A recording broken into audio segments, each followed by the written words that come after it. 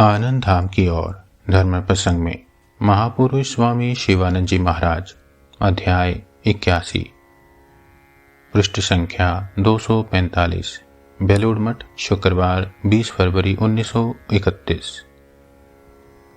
कल श्री ठाकुर की तिथि पूजा और उत्सव आदि बड़े समारोह के साथ संपन्न हो गया।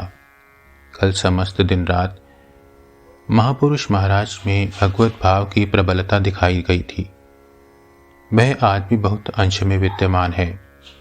महामाया की पूजा अर्चना पाठ और भजन आदि से सारी रात पूरा मठ गूंजता रहा। शेष रात्रि में पूजा समाप्त होने पर होम हुआ। उसी होमाग्नि में फिर बाद में विरजा होम और ब्रह्मचर्य होम हुआ तथा महापुरुष जी ने 7 ब्रह्मचारियों को पवित्र संन्यास धर्म में और 3 त्यागी मुमुक्षुओं को ब्रह्मचर्य व्रत में दीक्षित किया। यद्यपि कल उन्हें बहुत शारीरिक परिश्रम हुआ था, फिर भी ऊपर से वे तनिक भी थके नहीं मालूम पड़ते थे।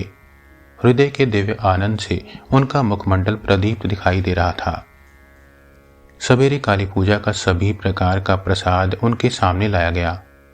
अत्यंत भक्ति भाव से दोनों आंखें मूंद हाथ जोड़कर उन्होंने उस महाप्रसाद को प्रणाम किया और सभी प्रसाद को उंगली से स्पर्श कर जीभ से छुआया। साथ साथ भाव विह्वल हो प्रार्थना करने लगे, माँ करुणामयी, माँ जगत का कल्याण करो माँ। उनकी करुणापूर्ण प्रार्थना की ध्वनि वहां के सभी उपस्थित भक्तों के हृदय में अंतस्थल तक प्रवेश करने लगी। बाद में नवदीक्षित सन्यासी और ब्रह्मचारी गण प्रणाम करने के लिए आए। किसका क्या नाम हुआ है यह उन्होंने सभी से पूछा और प्रत्येक का नाम सुनकर आनंद प्रकट करने लगे।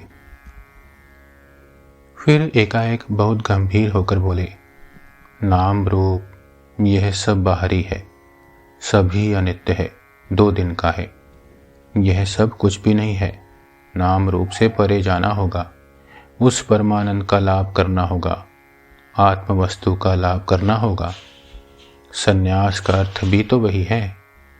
विरजा होम करके शिखा सूत्र का त्याग कर गेरुआ वस्त्र पहनना और सन्यासी होना तो सरल है। वैसा व्यक्ति तो प्रवर्तक सन्यासी मात्र है, किंतु सच्चा सन्यासी होना बहुत कठिन है।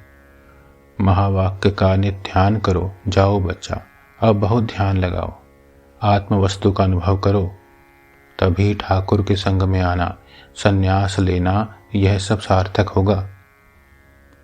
मेरी बात सुनना चाहो तो यही है। ओम श्री राम कृष्ण अर्पणमस्तु।